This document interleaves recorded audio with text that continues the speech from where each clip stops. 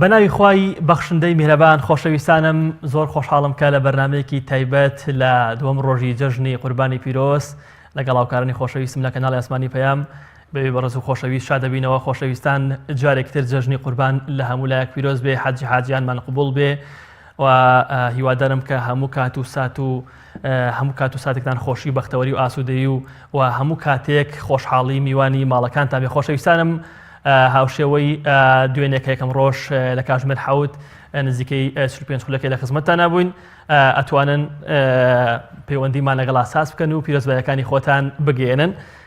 یەکەم پەیوەندی لە ئاکرێەوە ئەگەر هاوکارنم کاک شعبان لە ئاکرێ. کاک شعبان سڵاوی خوات لێبێ. سپاس دەکەین مامۆستا شعبان جەژنی قوربانت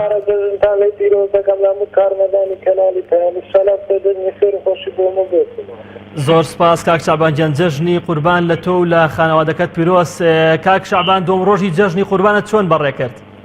والله الحمدلله باشە لە خوای بەزیان جەژنێکی زۆر خۆشە ئینشەڵا بۆ هەموو لاخۆش. کاک شعبان پێت وایە جەژن ئەم جەژنە گەرم و گوڕی پێوە دیار بوو لای ئێوە لە ئاکرێ؟ ئەرێ وەڵای لە جەژنی ڕەمەزان خۆشتر بوو قەڵەبا لەختر بوو گەرم و گوڕتر بوو. کاک شعبان ڕێژەی قوربانی کردن و شت لای ئێوە چۆن بوو؟ والله باش بوو الحەمدلله خوای بەزیان بەڵێدەی هەر لە جەژن و خۆشیابی کاک شعبان گیان جەژنتان لێ پیرۆز دەکەم لە هەموو کارمەند هەموو کاتێکت هەر خۆشی و جەژن و ئاسوودەیی بێ. سپاس بۆ پەیوەندەکەی بەڕێزت لێرەوە تاوەکو شاری ئاکری خۆشەویست. بڵێ خۆشەویستانم لە ڕێ ئەو ژمارە تەلەفۆنەی کە لەسەر شاشەی توانن پەیوەندیمان لەگەڵا بکەن و پیرۆزبایی خۆتان بنێرن. کاک نەبەزمان لەگەڵا لە ژاڵەوە. کاک نەبەزیان سڵاوی خوات لێبێ. سپاس دەکەین کاک نەبەز. جەژن لە تۆ و لە خانەوادەی بەڕێزت پیرۆز بێ هەموو کاتێکتان جەژن و خۆشی بێ ئەتوانی جەژنە پیرۆزەی خۆت بنێری. قوربانم جەژنتان پیرۆز بێ و پیرۆزبایتان لێ دەکەم و کەناڵێکی سەردۆزۆ خوا پاداش ئامادە ئینشاءالله. زۆر سپاس کاک نەبەز دووەم ڕۆژی جەژنی قوربانت چۆن بەڕێ کرد؟ سەردانی خزمەت و کەسب و کارت کرد؟ والله الحمدلله هذا والله مالي خدم وكسب كار وشيل وزور خوش يعني براسي ام جەژنە فەرقیە بوو لەگەڵ جەژنەکانی کە بەڕاستی. یعنی پێت وایە کاک نەبەز ئەم جەژنە گەرم و گوڕتر بوو؟ لە خوارە زیادە زۆر يعني فەرقی زۆر بوو لەگەڵ پارە فەرقی زۆر بوو لە ڕێی خەڵە قوربانی زیاترە دابنی خۆشترە. پێم وایە زۆر باشوە ئەم جەژنە لە خوا بەزار. هیوادارین هەموو کاتێک دڵتان خۆش و هەموو کاتێک جەژن میوانی ماڵەکانتان بێ. کاک نەبەز گیان سپاس بۆ پەیوەندیەکەتان میشار لە جەژن نابیت.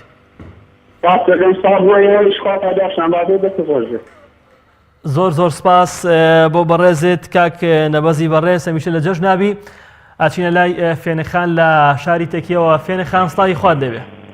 سڵاوی خوای گەورە لە تۆش بێ. سەلام عەلەیکوم. وعەلەیکە سەلام وەڕەحمەت الله. فێنەخان جەژنت پیرۆز بێ و هەموو کاتێکە جەژن و خۆشی بەختەوەری بێ.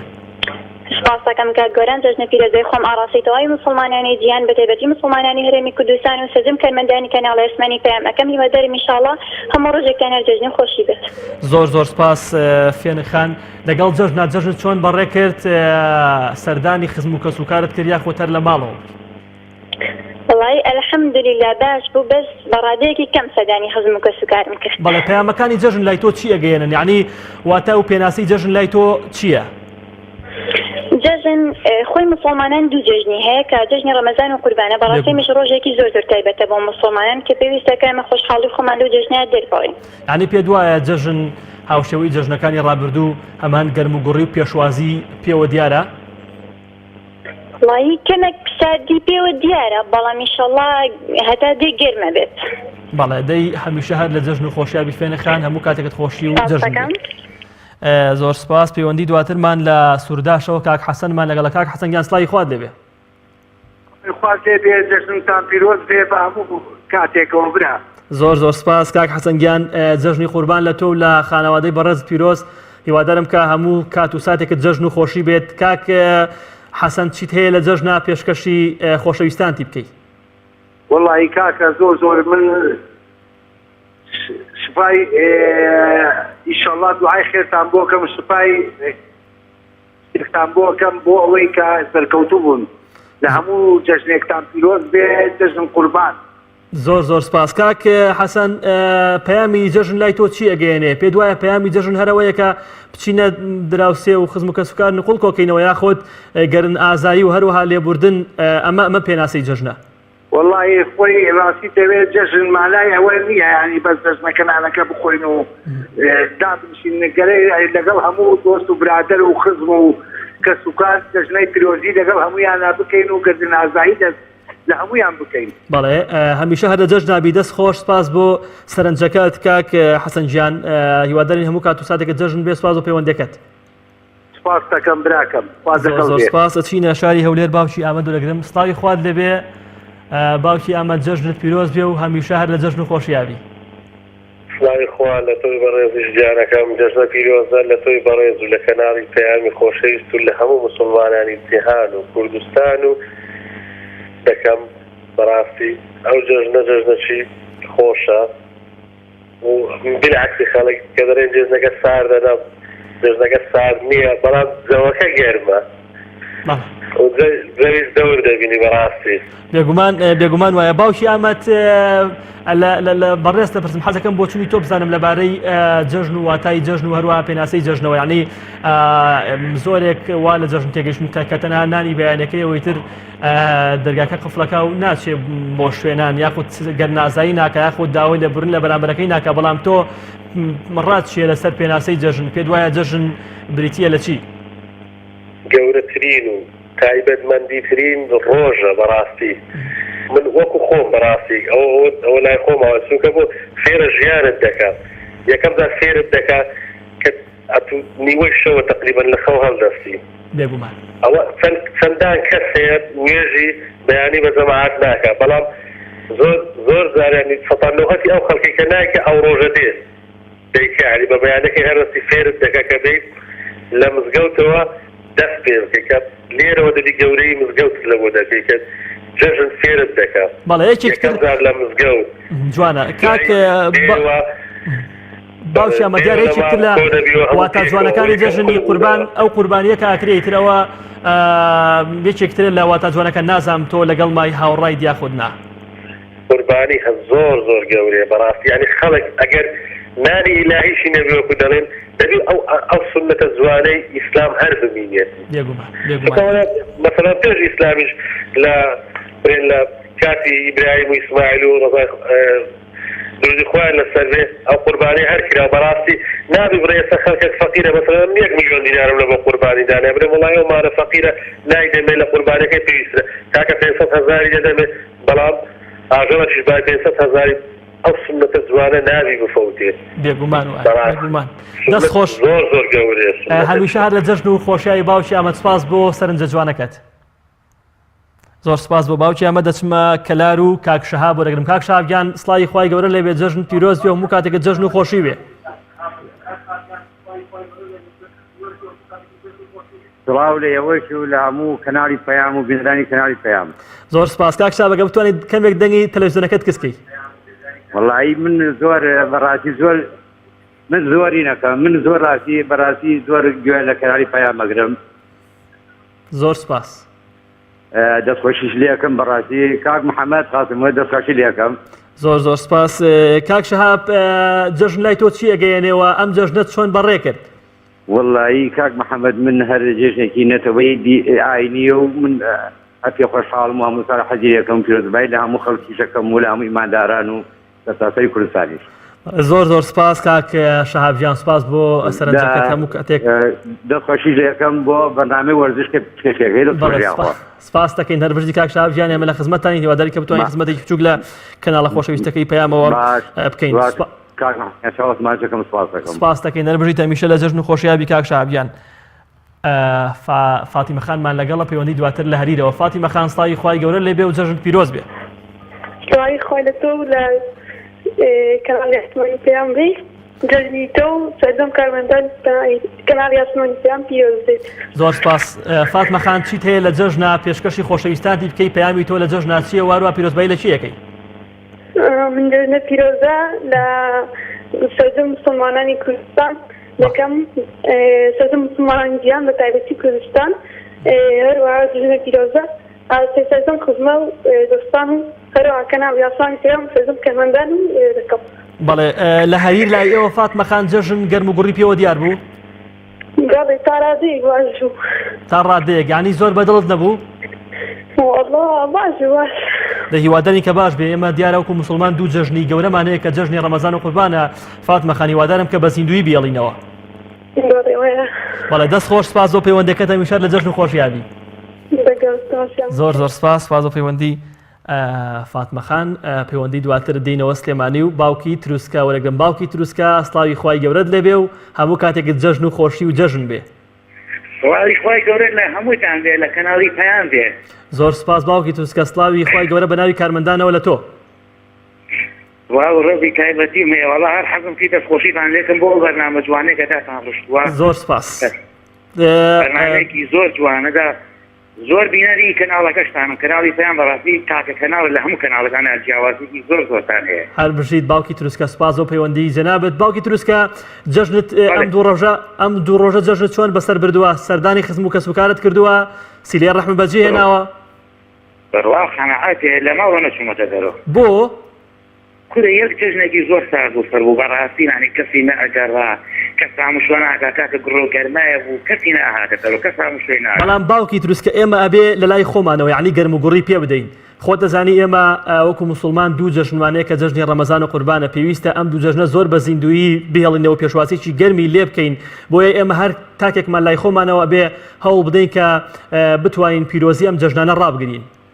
وەڵای ڕاستەکەوانش بخەناتی کەناڵەکەی پەیام نەبووم کەناڵی ئێوە نەبووە ئەم لە پلش ناماجەشن ئەوەش خۆتای پێ هات. بێگومان هیوادارین کە بتوانین پێشوازێکی باز لەم دوو جەژنە بکەین. هیوادارین کە گەرم و گوڕ بین لە جەژنی ڕەمەزان و قوربانە. سپاس بۆ پەیوەندەکەت باوکی تروسکە.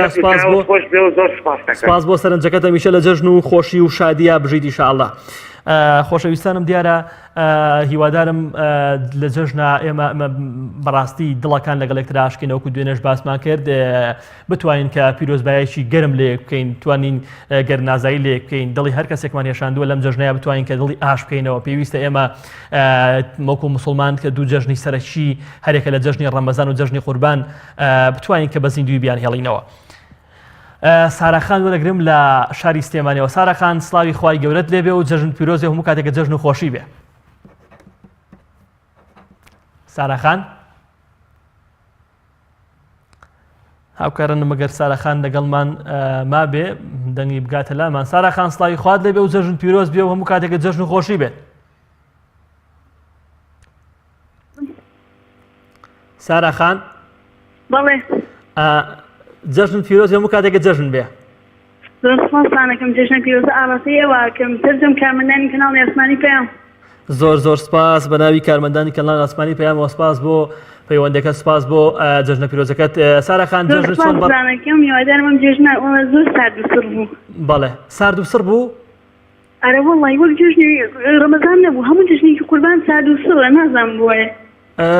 هیوادارم کە بەو شێوەیە بیر نەکەینەوە بێگومان بە بۆنەی جەژنی ڕەمەزانەوە ڕەنگە جەژنی قوربان کەمێک وابێ بەڵام وەکو باسمان کرد یعنی ئێمە دوو جەژنیەوە جەژنی قوربان تەنها قوربانیکردنەکەی گەرم و گوڕاگینا سەردانیکردنەکە و تەلەفۆنکردنەکە ئەوە زۆر سارد و سڕە. بەڵام ساراخان ئەگەر ئێمە هەوڵ بدەین هەرێک تاچێکمان لای خۆمانەوە یعنی من تۆ کەسێکی تر لای خۆمانە هەوڵ بدەین گەرم و گوڕی پێ بدەین ڕەنگە بەو شێوەیە نەبێت کە تۆ باسێکی وایە. والله قسەکەت تەواو لەژێ فەیدی کە گوێران بڵام نازانم بووە جژنی قوربان هەموو قوربانێک وایە بەڵام ڕەمەزان زۆر گەرم و گوڕ گەرم و گوڕێکی تەواو نابێ. تۆ واستە خەڵک بێنە بە خۆت گرنگیت بە جەژنی قورباندا ئەم جەژنە؟ ئەرە وەڵی چۆن دەی هەمیشە لە جەژن و خۆشیابی واتاکانی جەژن لای تۆ چییە؟ واتاکانی جەژن پێناسی جەژن لای تۆ چییە؟ وەڵی پێناسی جەژن ئەوەی کە سەردانی خزم و کەس بکەی یعنی پیرۆزبانیان لێ بکەی هەر ئەوە نەمێسەر چی لێتێگەڵی بەس بچی سەردانێکی تەواوی بکەی. بەڵێ هەمیشە هەر لە جەژن و خۆشیابی ساراخان سپاس بۆ پەیوەندەکەت هەموو کاتێکت جەژن و بەختەوەری و خۆشی بێ. کاک عەبدوڵڵا لە بەردەڕەشەوە وەرگین. کاک عەبدوڵڵا گیان سڵاوی خوای گەورەت لێبێ و جەژن پیرۆزی هەموو کاتێکت جەژن و خۆشی بێ. ڕۆژنی تۆش پیرۆز بێت بەڕێزم دەمەوێت باسی ئایا جەژنتان بۆ بکەم. فەرموو. باشی جەژنتان بۆ بکەم جەژن. جەژن لای تۆ چ پێناسەیەکیە کاک عەبدوڵڵا؟ جەژن واتە ئەوەیە کە تۆ کاتێک لەگە کەسێک ناخویان لەگە کەسێک عاجز بوویت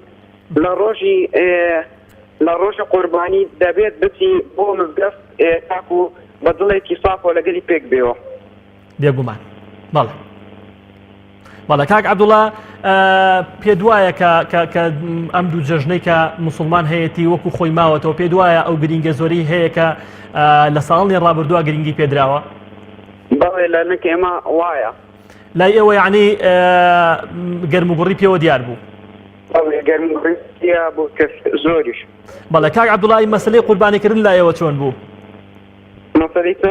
مەسەلەی قوربانیکردن ئایا قوربانیکردن لای ئێوە زۆر بوو سونەتە ئاڕۆڵا قوربانیکردن زۆریش بوو بەڵێ هەمیشە لە جەژن و خۆشیە بی کاک عەبدوڵڵا گیان هیوادارین کە هەموو کات جەژن و خۆشی و ئاسوودەیی میوانی ماڵتان بێت.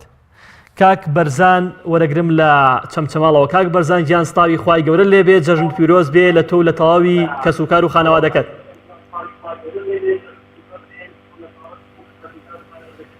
وڵای خوای گەورەش لە ئێوە بەڕێز خۆشەویست هیوادارم جەژن هەموو کارێکە جەژن خۆشی بێت، جەژن پیرۆزەکەم لە هەموو مسلمانانی جیهان بەتایبەت مسلمانانی کوردستان بەتایبەتتر مسلمانانی خەمسڵان. بەڵێ کاک بەرزان ئەمەیان لە تۆ پرسم هیچی خۆشت لا هەیە لە جەژناوەمان باسکەی تۆزێ بینەرانی کەناڵ ئەسمانی پەیام خەندە بخەینە سەر لێوان هیچت لایە هیچ بەسەراتێکی خۆشت لایەوەمان باس بکەی لە جەژنە؟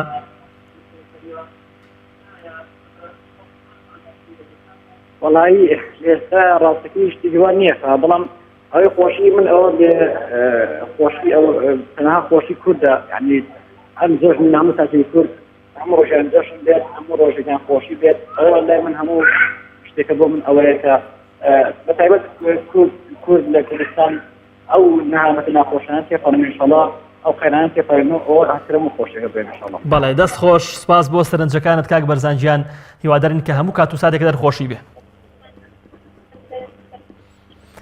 پەیوەندی دواتر لە پایتەختی کوردستانەوە لە شاری هەولێرەوە کاگومێ دوولەگرین. کاگومێ گیان ستای خوای گەورە لێ بێ و جەژن پیرۆز بێ.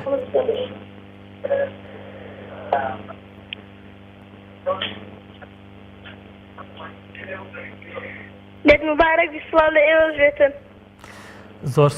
زۆر سپاس بەڕێزم. جەژن لای تۆ چی ئەگەیەنێ؟ واتەکانی جەژن لای تۆ چین؟ وەڵا شتەکان زۆرن وەکو جێژنانە و یعنی حەز لە جێژنانەیە کاکە ئومێد؟ بەڵێ. جەژنانەی زۆرە وەرگرتووە ئەم جەژنە؟ ئەرێ وەڵا. تەقریبی چەندێکە بێ؟ وەڵای تەقریبان 25 دەبێت. چەندێک؟ 25. باشە دابەشی ئەی بەشی نەکەی لە نێوانمانە؟ وەڵا دووریەکەنا بەشم دەکرد. کاکە ئومێد لە جەژن ڕۆژ یەکەم و دووەم تا ئێستا چۆن بەسەر بردووە؟ وەڵا خۆش. لەگەڵ هاوڕەکان تا چیت دەرەوە؟ ناوەڵا. ئەی هەر لە ماڵەوە بووی؟ ئەرێ وەڵا. ئەی میوانتان زۆر بووە کاکە ئومێد؟ ئەرێ وەڵا. دەی هەمیشە ئیشەڵا هەر میوانتان زۆر بێ و هەمیشە لە خۆشی جەژنا سپاس و پەیوەندەکەت هەر بژیت. زۆر سپاس کاکە ئومێد گیان، دیارە جەژنانەی باشی کۆ کردوێتەوە. نیگاخان وەرەگرم لە سەید سادقەوە. نیگاخان ستاوی خوای گەورە لێ بێ، دووبارە جەژن پیرۆزی هەموو کاتێک هەر جەژن و خۆشی بێ. سلام علیکم. جەژن پیرۆز بێ کاک گەورە، جەژنە پیرۆزە لە تەواوی کارمەندانی کەناڵ ئەسمانی پەیامەکەم. داواکارم لە خۆی پەروەردگار حەجی حاجیانمان قبوڵ بێت. بەڵێ زۆر سپاس بە ناوی کارمەندانیشەوە. نیگاخان ڕۆژی دووەمی جەژن چۆن بەڕێ کرد؟ ئایا میوان بە هەمان ڕێژەی ڕۆژ یەکەم هەبوو؟ وڵانی بەهۆی قەیرانی جارەیە نەخێر میوان ئەوەندە نەبوو، بەڵام جەژنێکی خۆش بوو. داواکاری نەخۆی پەروەردگار ئەم جەژنە بێتە مای خێر و خۆشی بۆ سەر موسڵمانانی جیهان. بەڵێ هەندێک باس دەواکەن کە جەژن بۆ نمونە تۆ لە سارد و سەر بۆتەوە، تۆ لەگەڵەوە بۆ چونەی یاخود لە سەید سادق گەرم و گوڕ بوو؟ وڵاهی بەوەچینی من جەژن سات بوو بۆی ئەو قەراندەرەی کێستا بەرەوکی هەرێمی کوردستانی بیستەوە سات بوو، جەژنێکی زۆر سات بوو. بەڵێ هیوادارین کە ئێمە بتوانین پێشوازیی باش لە جەژن بکەین. سپاس بۆ پەیوەندەکەت نیگاخان، هەمیشە لە جەژن. سپاس بۆ ئێوە، سپاس بۆ تەواوی کارمەندانی کەناڵی ئەسمانی پەیام. بەڵێ سپاس دەکەین، خوارد لەگەڵ هیوادارین هەموو کاتێکت جەژن و خۆشی بێت. چاوان خان وەرگین لە شاری سلێمانیەوە. چاوان خان ستای خوارد لێ بێ و جەژن پیرۆز بێ. خوای گەورە بێبێ سڵاوی خوای گەورە تۆ چاوان خان جەژن پیرۆز بێ لە تۆ لە خانەوادە و لە کەسوکار دەکەم هیوای سەکەوتن بۆ خوازم کا گەوران جەژنێکی پیرۆز بێ لە تەواوی کەناڵی ئەسمانی پێیان لە کارمەنداکانی زۆر سپاس چاوان خان جەژن لای تۆ چۆن گوزەرا چاوان خان ئەم دوو ڕۆژە وەڵای سپاس بۆ باش بوو بەس وەکو جەژنی ڕەمەزان نەبوو جانی جەژنی ڕەمەزان پێ دوایە گەرم و گورتری زیاتری پێوە دیار بوو بەڵێ ڕەمەزان لە گەڕەکی ئازادی زیاتر بوو بەس ئەم ساڵ هەتا بڵێ کەمتر بوو عادە هیوادارین کە ئینشاءڵڵا وا نەبێ و پێشوازی و پێشوازەکانمان لە جەژنە لە هەردوو جەژنەکە زۆر فراوان بێت چاوان خان پێناسەی تۆ بۆ جەژن چییە؟ چاوان خان چاوان خان لەگەڵمان نەما هەمیشە لە جەژن و خۆشیابی خوشکی بەڕێزم ئەچمە شاری هەولێر و کاک عەبدوڵڵای خۆشەوی زۆرێک دن کاک عەبدوڵڵای گیان سڵاوی خوای گەورە لێ بێ جەژن لە تۆ لە کەسوکات و لە خانەوادەکەت پیرۆزەکەی سڵاوی خوای گەورە لە تۆی بەڕێز و خۆشەویست بێت یعنی ئیشاڵڵا و بەرنامە هەر بەردەوام دەبێت هەردەم لە خزمەت قورئانیشدا بێت زۆر سپاس کاک عەبدوڵڵای گیان جەژنی قوربانتان کاتە ئەم دوو ڕۆژە چۆن بەسەر بردووە؟ وەڵی ئەو جەژنان زۆر خۆش بوو فەرقی هەبوو لە جەژنی ڕەمەزان بەڵێ خۆشەکەی لە چیا بوو کاک عەبدوڵڵای گیان؟ وەڵی خۆشەکەی لەوەدا بوو ئەو خەڵکە هەر هەمووی خێری کرد و یعنی شتەکان لە دوکانەکان بەڕادەیەکی زۆر هەرزان بوو زۆر باشە تا ئێستا قوربانیتان بواتوە؟ ناوەڵا ئەی چۆن نەزانی خێر زۆر بووە؟ بەڵام یعنی لە کۆرانەکەین تر دەمدیت هەر قوربانی یەکێ یەقڵی ئەوە دەکرد یعنی دەبڕێ فەرمای تۆ پێناسەی جەژن لای تۆ چییە کاک عەبدوڵڵا پێت وایە جەژن واتای چییە پێناسەی چییە؟ وەڵاهی جەژن واتای خێر و خۆشیە و گەردن ئازاییە زۆر باشە کەواتە تۆ گەردن ئازایی لە هاوڕەکانت کردووە لەم جەژنەیە؟ بەڵێ دەی هەمیشە سەرکەوتوبی ئینشاءڵڵا سوپاس دەکەین کاک عەبدوڵڵای گیان لە شاری هەولێرەوە سوپاس بۆ پەیوەندیەکەت هەمیشە لە جەژن و خۆشییا بیت ئینشاءڵڵا زۆر زۆر سوپاس هەربژیت کاک سیامەند وەرگرین کاک سیامەند گیان سڵاوی خوای گەورە لێ بێ و جەژن پیرۆز بێ و هەموو کاتێک جەژن و خۆشی بێ چاکە لێوەش پیرۆز بێ لە هەموو مسلمانان پیرۆز بێ براجە زۆر سپاس کاک سیامەند گیان لەگەڵ جەژنە ئەم دوو ڕۆژە چۆن بەڕێت کرد بە گەرمی پێشوازیت لێ کردووە تا ئێستا؟ والله الحمدلله لەخوا بەزیادەتی بە جۆرەی کیانە خۆتە زانی چەندێک سەردانی خزممان کردەوە چەندێک خزم سەردانی کردوینەوە دەستخۆش کاک سیامەت پێناسەی جەژن واتای جەژن لای تۆ چییە؟ ئایا بریتیە لە جەژنی قوربان بەتایبەت بریتیە لەو قوربانیکردن و گەردن ئازایی یاخود مەفهومی تریژی هەیە؟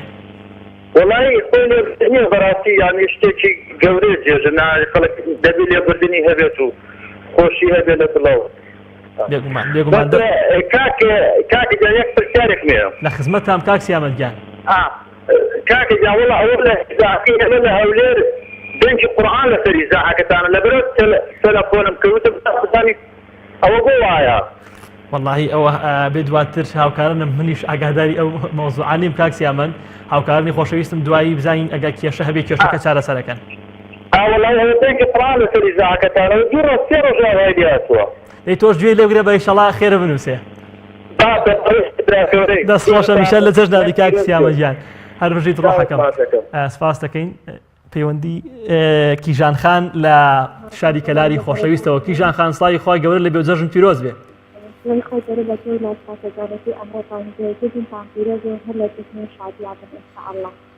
کیژان خان سپاس دەکەین کەمێک دەنگت هەڵبڕی بۆ ئەوەی کە ژێمە لە دەنگە بێ لە جەژنە جەژنت چۆن بەسەر بردۆ تا ئێستا هەروەها پێناسەی تۆ بۆ جەژنی قوربان چییە کیژان خان؟ بەڵێ سرەتا پێناسەی جەژنی بەڕای من جەژنی قوربان بەواسطەی قوربانیدان دێت بەسەر هەوا و ئارێزەکانی مرۆڤدا بەواسطەی دێکە مرۆڤ ئەبێ مستەکی فەرمانەکانی خوا بێ وەکو چۆن باوکمان ئیبراهیم عەلەیهی سەلام فەرمانی خوای گەورەی جێبەجێکی ئامادەبوو لە پێناو ڕەزامەندی خوای گەورەیە سوڕەتی سەر بڕێ يعني أبين لنا جزمية أوصل إنش أدور تبعتنا إبراهيم بوشي وقتاني بوشي ويا بس لهندي كاري تاوان هاتري دەستخۆش کیژان خان سپاس بۆ سەرنجەکەت سپاس بۆ تێبینێ جوانەکانت سپاس بۆ پەیوەندەکەت هەمیشە لە جەژن و خۆشی و بەختەوەری بژی ئینشاءڵڵا زۆر سپاس شەهلاخانمان لەگەڵا لە خەلیفانەوە. شەهلاخان ستای خوای گەورە لێبێ. شەهلاخان ستای خوای گەورە لێبێ و جەژن پیرۆز هەموو کاتێکە جەژن بێ.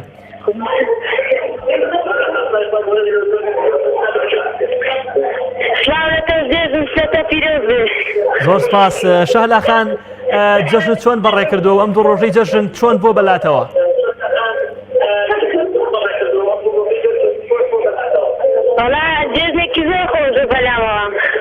بەڵێ ئەگە شەهلاخان یەک تۆس دەنگی تەلەڤیزیۆنەکەت کەسکەی.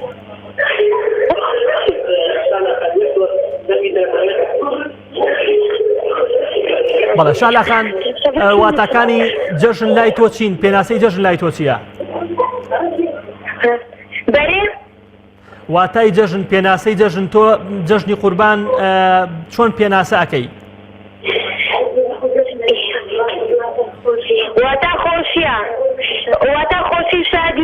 بەڵێ بێگومان دەست خۆش شەهلاخان هەمیشە لە جەژن و خۆشیابی. سپاس و پەیوەندی بەڕێزت کاک ئاراز وەرەگرم پەیوەندی دواتر لە بازیانەوە. کاک ئارازگیان ستای خوای گەورە لێبێ هەموو کاتێکت جەژن و شادی و بەختەوەری بێ.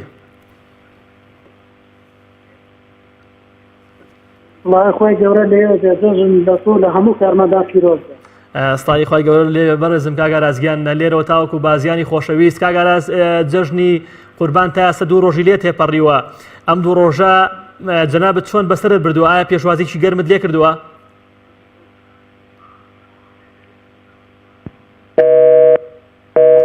بە داوای لێبوورنەوە کاک ئاراس وەڵامی فسەرەکەی نەدامەوە. کاک ئەحمەدمان لەگەڵە لە هەریری خۆشەویستەوە. کاک ئەحمەدجیان جەژن پیرۆز بێت. برای بەڕێز جەژنی تۆ موسڵمانانی کوردستانی جیهان و محافظەکان پیرۆز بێ ئینشاءالله. زۆر سپاس کاک ئەحمەدجیان. کاک ئەحمەد دوو ڕۆژی جەژن ئەوە تێپەڕی لەم دوو ڕۆژەیە پێشوازی تۆ لە جەژنی قوربان چۆن بوو؟ بەڕێزی وەڵاهی من خۆم بەڕاستی هیچ جێژنێک نەکرد، بەڵام بۆ پێشوازین لە زۆر خەڵک و موسڵمان و ئەوانەی کە خێرخوازن و بە تایبەتی ئەوانەی کە قوربانیا کرد خوا خێر هەموو لازمیشتر ئینشاءالله پێشوازەشی زۆر باش نەکردن. هەموو پێشمەرگە بەڕێزانەکەن ئینشاءالله. بەڵێ لەم جەژنەیە هەبووە کە کەس دڵی عادز کردبێتی و هاتبێ گەردن ئازایت لێت بکە؟ نەخێ ناوەڵە بەس من خۆم لەخوا بەزیاد هیچ کێشێک نەگەر کەس نییە و خۆشدا موسڵمانی دەگەین تەنیا شەخصێک نەبێ ئەوش وەڵاهی دەتەمانی قسە لەگەڵ بکەم. بەڵێ هەمیشە لە جەژن و خۆشیایی برای بەڕێزم هەموو کاتێکت جەژن و خۆشی بێ و سپاس و پەیوەندەکەت. عزیزی ڕۆژ ئەحکام بۆ جەنابەت خۆشەویستی خواگەدار. زۆر سپاس بە ناوی کارمەندانی خۆشەویستیشمانەوە سپاس بۆ پەیوەندەکەت هەمیشە لە جەژن و خۆشیایی برای بەڕێزم. خۆشەویستانم دیارە جەژنی قوربان دوو ڕۆژ لێ تێپەڕیەوە دوو ڕۆژی ماوە هیوادارم لەم دوو ڕۆژەیە ئەو بەڕێزانەی کە سەردانمان نەکردوون ئەو بەڕێزانەی کە دڵی کەسێکیان عادز کردووە و ئاژ نەبوونەتەوە لەم دوو ڕۆژەیە ئاژ بنەوە پەیوەندەکانیان تونند و تۆڵتر بکەنەوە. کاک دارە گیانستاوی خوا دەبێت لە سلێمانیەوە. ئەم کاتی کاکدارە جەژن لە تۆ و لە خانەوادە بەڕێزەکەت پیرۆز بێت. جەژن لە هەموو لایەتی لە هەموو کارمەندان و زۆر سپاس لە کارمەندانم کارلانی کۆمەڵ. زۆر سپاس کاکدارەجان. کاکدارە ئەم دوو ڕۆژەی جەژن چۆن بەڕێ کردووە؟ وەڵی بەخۆشی بەڵێم کرد بەس ئەڵانسی خوای گەورە لەخوا بەزگای بەخۆشی بەڵێمان کرد بەس ئەم بڵێنیە دەسەڵات وایدن کردی بە ناخۆشی بەستەری بەری بێگومان. بەڵام بەڵام کاکدارە یعنی بالفعل ڕاستە بارودۆخێکی سیاسی ناخۆشەیە لە هەرێمی کوردستانە، بەڵام ئەوەی کە موسڵمان هەیەی دوو جەژنی پیرۆزەکە ڕەمەزان و قوربانە پێویستە زۆر بە گەورەی بیان هێڵینەوە.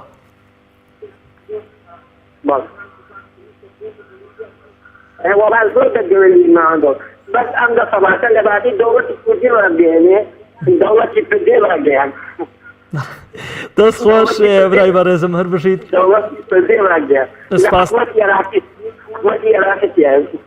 هەمیشە لە جەژن و خۆشیاوی سپاس و پەیوەندەکەت دەست خۆش هەمیشە لە خۆشی جەژن ناوی ئینشاءالله.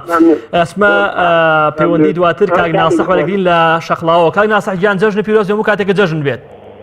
السلام عليكم. عليك. وعليك السلام ورحمة الله وبركاته. جژنت پیرۆز بێت مبارەک بی.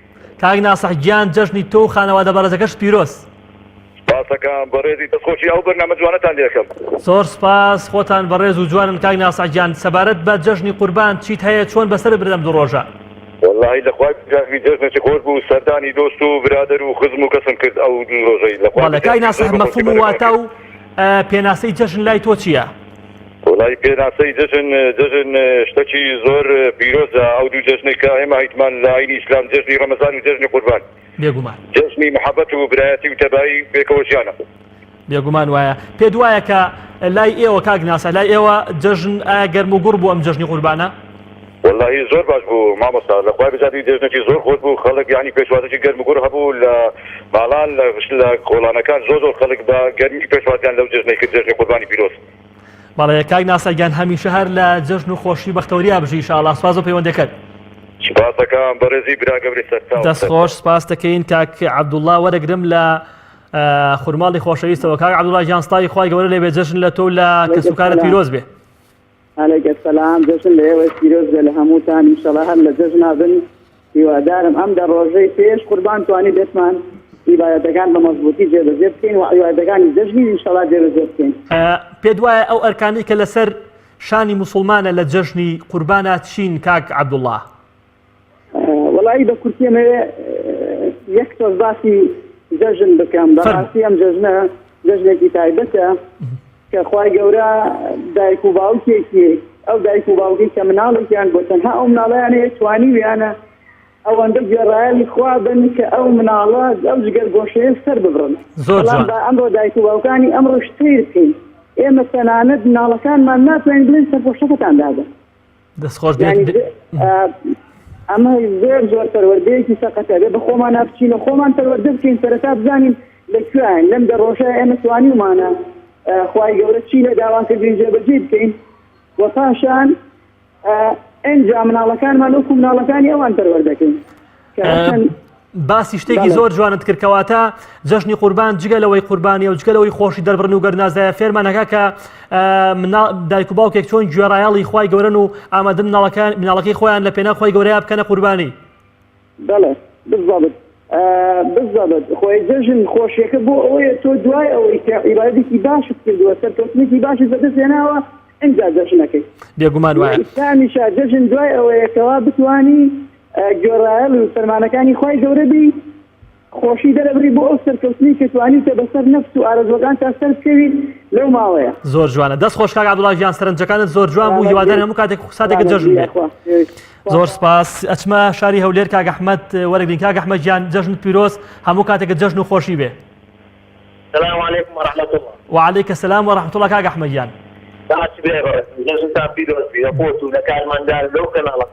سپاس دەکەین جژن بە ناوی کارمەندانی کەناڵی پەیامەوە لە تۆی بەڕێز و خۆشەویست پیرۆز دەکەین هەموو کاتێکە جژن و خۆشی بێ کاک ئەحمەد جان. کاک ئەحمەد واتەکانی جژن لای تۆ چین ئەم دوو ڕۆژی جژن چۆن بەڕێکردووە تا ئێستا؟ والله زۆر خۆش بوو لەخوای گەورە بەزیادی.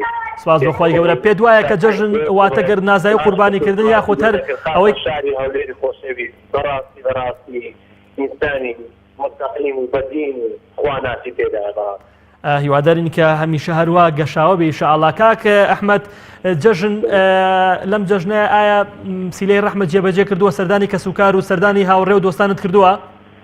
بەڵێ والله چماری داک و باب و برایەکانم و خوشک و زیران و بەڕاستی زۆر پێویستە لە بۆ ئینسانی موسڵمان کاتەن نەخۆشی بەسەر بکاتەوە ئەرزشی زۆر گەورەیە. بێگومان دەست خۆش کاک ئەحمەد جان هیوادارین کە چاومان لە قسەکەی تۆ بێ و هەروەها هەموو لایەکمان بتوانین سیلەی ڕەحم جێبەجێکەین بتوانین کە لەم جژنەیە گەرنازایی لە یەکتر بکەین. سواز و پەیوەندێکت هەر بژیت سپاس دەکەین. باوکی چۆمان لە تەکیەوە باوکی چۆمان جژنت پیرۆز بێ و هەموو کاتێکە جژن و خۆشی بێ. جژنی ئێوەش پیرۆز و پیرۆزایی جژن لە هەموو خۆتان و کارمەندان و بیسەران و بینەرانی کەناڵەکەتان. زۆر سپاس باوکی چۆمان ئێمەش پیرۆزبایی بە ناوی کارمەندانەوە لە تۆی بەڕێز و لە خانەوادە بەڕێزەکە دەکەین سپاس دەکەین. باوکی چۆمان تا ئێستا جژن چۆن بەسەر بردووە ئایا لە تەکیە گەرم و گوڕ بووە؟ لەخوای گەورە بەزیادێ جژنێکی زۆر گەرم و گوڕ و لەخوا بەزیادێەوە لە ڕووی مەسەلەی قوربانی شۆشکور گەرم و گوڕێکی زۆری پێوە دیار. زۆر باشە باوکی چۆمان تا ئێستا چەند بەشە گۆشتی قوربانیتان بۆ هاتووە لە ماڵەوە وەڵایی بۆمان هاتووە لە ژمارە لانێ برمیتر لانێ دەفاندەیەکمان بۆ هات پێ وەڵا خۆ خراپ نییە ئینشاڵڵا خێر هەروە بەردەوامە بێت خۆشڵ شکر کردومانە لەخوا بەزێ قوربانیمان کردو بە زۆڵا باایی نەکەی خۆمان شتێکم تێمان بۆ هاتووە لەخوا بەزێ سپاس بۆ خوای گەورە خوای گەورە لێتان قبول کە ئیشاڵکە خوای گەورە ئیشاڵڵا بیکات تا هەرچی قیامەت بۆتان سپاس بۆ پەیوەندەکەت باوکی چۆمان هیوادارم بکات و ساتێک دەر جەژن و خۆشی بێت سپاس دەکەین هەر بژیت باوکی چۆمان لە تەکیەوە چینە لای پەخشانخان سڵای خوا لێ پەخشانخان هەموو کات و ساتێکە جەژن بێت بەڵێ جەژن پیرۆز هەموو کات و ساتێکە جەژن و خۆشی بێ پەخشانخان جەژنیش دەکە پیرۆز بێت و هەموو کاتێکتان هەر خۆشی بێت سپاس دەکەین پەخشانخان جەژن چۆن بەڕێکردووەم دوو ڕۆژە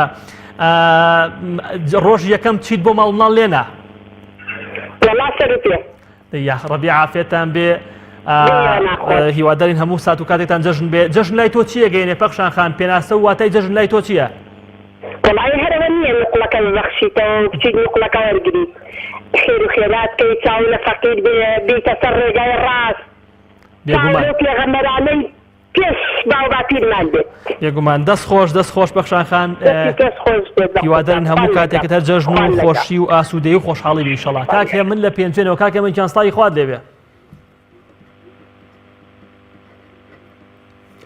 وای خوا لە خۆ جەژن پیرۆز بێ براژوانەکە سپاس دەکەین کاکێ من گیان جەژن لە تۆ و لە کەسوکار و لە خانەوادە بەڕێزەکەت پیرۆز دەکەین هیوادارین کە هەموو کات و ساتێک و ژیانتان پڕ بێ لە بەختەوەری و جەژن و خۆشی خوا لێ ڕاست بێ براکەم بەڵێ کاک هێمن جەژن چۆن بەڕێکردووە تا ئێستا پێ دوایە ئەو ئەرکانی لەسەر ئێمەی مسلمانێکە وەکو ئاماژەمە پێدا دوو جەژنی فەرمیمانەیە ئێمە ئەرکەکان لەسەر شانمان چین لەم جەژنەیە باز بەخوای گەورە جەژنێکی زۆر خۆش بوو لە خوای گەورە بەزیابێت بەڵێ کاکێ هێمن ئەم دوو ڕۆژی جەژن چۆن بەڕێکردووە وڵا سپاس بەخوا جارە جەژن یەکەم هەر زۆر خۆش بوو سپاس بەخوای گەورە لای من جەژنێکی هەر زۆر خۆش بوو هیوادارین هەمیشار لە خۆشی بەختەوەریە بیکاک هێمن گیان سپاس بۆ پەیوەندەکەت زۆر سپاس دیەخان بۆ من دوو جەژن بوو لەبەرەوەی سپاس بەخوا کەماڵە ساسی من شوشکەی دەربوو لە خوای گەورە بزیابێت سپاس بەخوای گەورە هەمیشە هەر لە جەژن و ئاسوودەیی ئابی ئینشاڵڵا کاکێ من گیان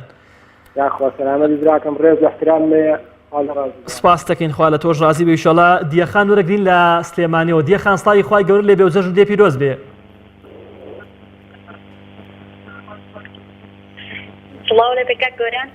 سڵاوی خوا لێبێ دیەخان جەژن پیرۆز هەموو کاتێکە جەژن و خۆشی بێت بژی سپاس دەکەم جەژنی ژەتۆ پیرۆز بێت لە هەموو کارمەندانتان زۆر سپاس دیەخان ئەم دوو ڕۆژە چۆن بەسەر بردو تا ئێستا وەڵا لە ماڵەوە بوو میوانم بەڕێ کرد میوانتان زۆر بووە بەڵێ دەی سپاس بەخوای گەورە دیەخان پێ دوایە واتا و پێناسەی جەژن لای تۆ چییە ئەو ئەرکانە چین کە لەسەر شانی ئێمە لە جەژنە جێبەجێیان بکەین وڵا ئەڵە پیرۆزبایی جەژن گەردن ئازای لە یەکتری بکەین و دڵی یەکتری نەیەشێنین و ئەوەی خوا پێ خۆشە بکەین دەست خۆش سپاس دیەخان هەر بژیت هەمیشە لە جەژن و خۆشیاویت بژی سپاس دەکەم زۆر سپاس بۆ کاتێکی خۆش بۆ بەڕێزت دیەخان هەموو کاتێکتان خۆشی و ئاسوودەیی و خۆشحاڵی بێ شیلان خان وەرگرین لە سلێمانیەوە شیلان خان سڵاوی خوای گەورە لێبێ و جەژن پیرۆز بێ زۆر سپاس شیلان خان جەژنت چۆن بەڕێکردووە تا ئێستا ئایا هەر لە ماڵەوە بووی یا خودت سەردانی کەسوکار و سەردانی خۆشەویستانت کردووە هەر لە ماڵەوە میوانە بەڕێ کردووە میوانتان باش بوو یعنی پێ دوایە میوان هەیە سە لە جەژنە هیوادارم کە زۆر بێ ئینشەڵڵا سڵە نقڵ و شەربەت و شت مەکەنەوە بڵێ ئینشەڵڵا زۆرە بێ هەر لە چەش نابی ئینشەڵڵا شیران خان هەر لە خۆشی بەختەوەریە بژی ئینشەڵڵا سپاس بۆ پەیوەندەکەت خۆشەویستانە و کاتەکەمی کە مامانە هەوڵدین چەند پەیوەندێکی ئەوەی خۆشەویست وەرگرین لەسەر ئەوەی کە واتاکانی جەژن چین پێ دوایە جەژنی ئەمساڵ چ جیاوازەیەکی لەگەڵ جەژنانی ڕابردووە هەیە پێ دوایە ئەو ئەرکانەی سەرشانی ئێمن چین پێتان وایە کە ئایا جەژن واتا و پێناسەی چییە دیارە وەکو ئاماژەمان پێدا کاکسار لە هەولێرەوە کاکساریان سڵای خوای گەورە لێبێ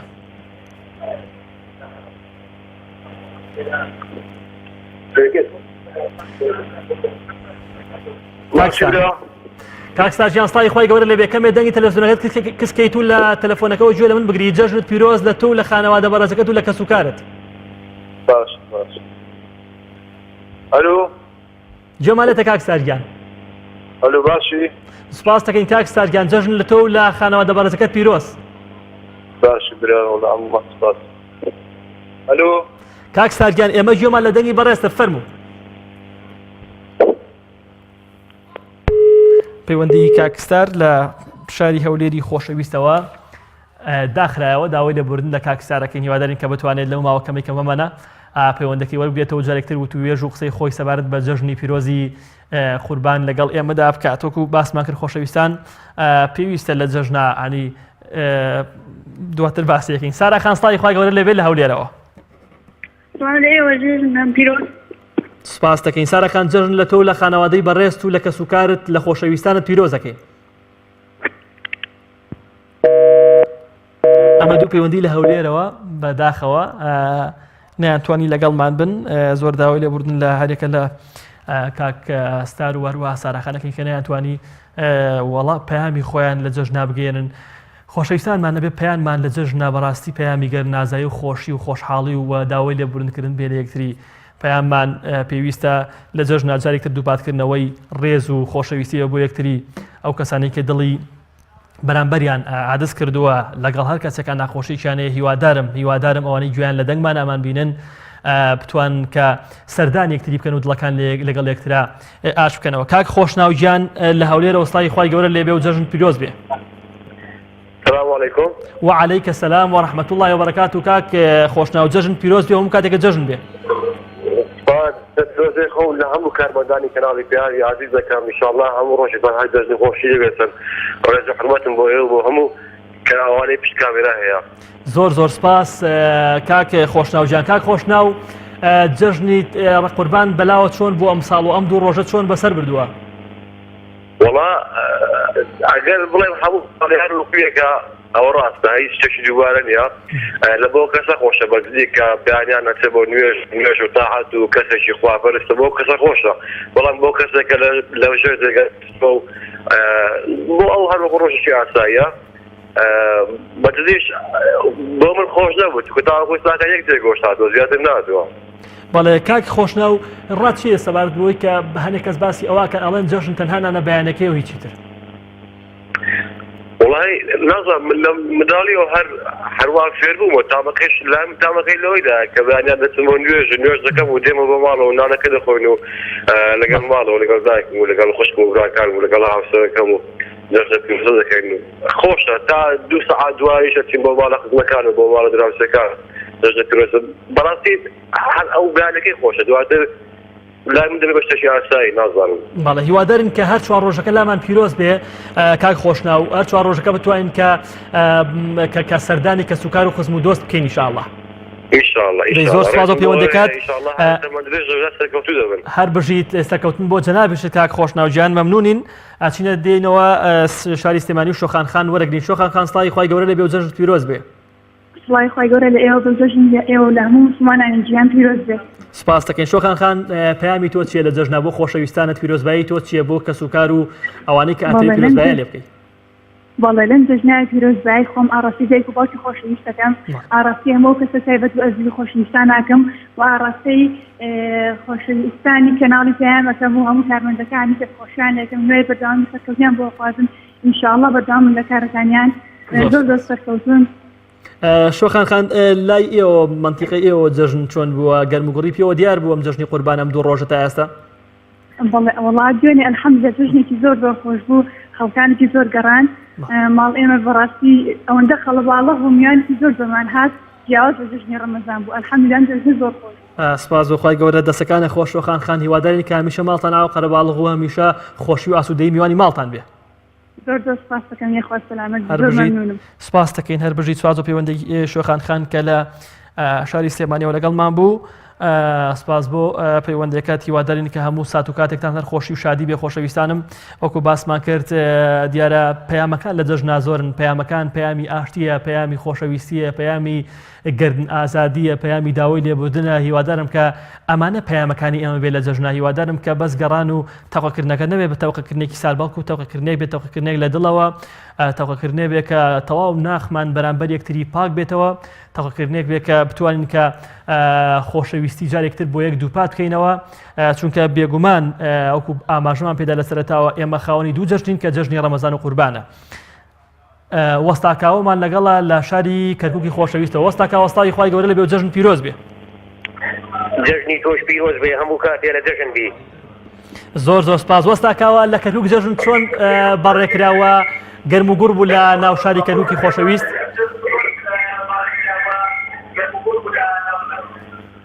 والله جەژنی قوربانی ئیمساڵ بابڵین ئەمە یەکەم جەژنەیە ئێمە لەگەڵ هێزە عێراقیەکانە جەژن بکەین لەبەرەوە هۆیە جەژنەکە تۆزێ سارد بوو لە کەرکووک بەس حەمد و سەنا بۆ خوای گەورە یعنی مسلمانان قوربانی خۆیان کرد و ئاگایان زۆر لە فەقیر بوو بەڵێ واتەکانی جەژن لای تۆ چین وەستاکاوە پێت وایە ئینسانی مسلمان لەم ڕۆژەیە لەم چوار ڕۆژەیە ئەرکی سەرشانی چییە؟ والله ئەرکی مسلمان لەسەر مسلمان من بە ژمارەیەک ئەڵێم هەر کەسێک ئەگەر بێت و ناکۆچی هەبێ لەگەڵ یەکێکە ئەبێ خۆی ئاشتەوە بکە بە دەرەجەیەک بێگومان ئەوە دوای ئەوە هەر کەسێکەوە دەوڵەمەنە و ئەبێ ئاگای لە فەقیر هەبێ ئەلێرەشەوە من بەیانی خۆم بۆ ئەو کەسانە ئەنێرم ئەمانەی کە خۆیان بە مسلمان داهەنن ئەڵێن ئێمە ئیسلامین ئەڵێن ئێمە شوێنکەوتوی پێغەمبەری خۆیان صلی الله عليه وسلم نابێ خۆیان ڕوت و قوتکەنەوە نابێ دلی ناشەرعی بکەن نابێ دلێ وا بکەن کەوا گەنجان لە ڕێدەر بکەن لەبەر ئەوە ئەمڕۆ تەماشاکەی کە بەعزە گەنجێکمان هەیە ژنیان ناوردووە هەتا ئیستا ئیتر ئەلێرەوە داواکارم لە مسلمانان پێڕەوی بە قورئانی پیرۆز بکەن لەگەڵ ئەوەشە ئاگایان لە فەقیر هەبێ بە تایبەت بازرگانەکانمان هەموو کاتێکە بەڵێ دەست خۆش وەستاکاوە سپاس بۆ پەیامە جوانەکانت هیوادارین هەموو کاتێکە جەژن بێ دەستخۆش کۆتا پەیوەندی لەبەر نەبوونی کات خۆشەویستانم دایکی سومەیە وەرەگرین دایکی سومەیە سڵاوی خوای گەورە لەبێ و جەژن پیرۆز بێ سلام و ڕەحمەت و بەرەکەتی خوای گەورەش لە ئێوە بێ و جەژنی بەڕێست و سەرجەم کارمەندەستەکان و مسلمانان پیرۆز بێ زۆر سپاس کەم نیوەی سەرکەوتن بۆ خوازم سپاس دەکەین دایکی سومەیە جەژن چۆن بەڕێکردووە تا ئێستا دوو ڕۆژەی جەژن لای ئەوە گەرم و گوڕ بووە سپاس بۆخوا هەتا ڕادەیەک باش بۆ بڵێ گەرم و گوڕێ جارانی نەما هەمومان ئەوکاری هەمومان زانین کاری زۆران بەڵام هەتا ڕادەیەک باشە گەڕێک بۆ گەڕێک جیاواز بە شارێک بۆ شارە جیاوازترە بێگومان هیواداری کە ئەمام بتوانین پێشواسەیەکی گەرم و گوڕ لە جەژن بکەین هەمیشە لە جەژنابی دایکی سومەیە سپاس بۆ پەیوەندەکەت هەمیشە خۆشی خۆشحاڵی میوانی ماڵەکانی هەموو لایەک بێ خۆشەویستانم سپاسانەکەم کە تا ئەم کاتە بینەری و بیسەری ئێمە بوون سپاس بۆ هاوکارانی زێدە ئازیزم هەمیشە لە جەژن و خۆشی و کامەرانی بژین سپاس بۆ یەکە بە یەکەی پەیوەندەکانتان هیوادارین کە بتوانین ئیهتیمامێک و معنی پێشوازێکی زۆر باش لە جەژنی ڕەمەزان و قوربان بکەین چونکە بەڕاستی دوو جەژنی فەرمی ئێمە ئەم دوو جەژنەیە سپاس بۆ هاوکارانی زێدە ئازیزم سپاس بۆ بینەرانی کەناڵی ئاسمانی پەیام سپاس بۆ هەموو کەسانی کە لەم بەرنامەی هاوکاریان کردین تاوەکو دیدارێکی تر هەموو کات و ساتێکتان جەژن و خۆشی و ئاسوودەی و خۆشحاڵی و بەختەوەری بێت خواتان لەگەڵ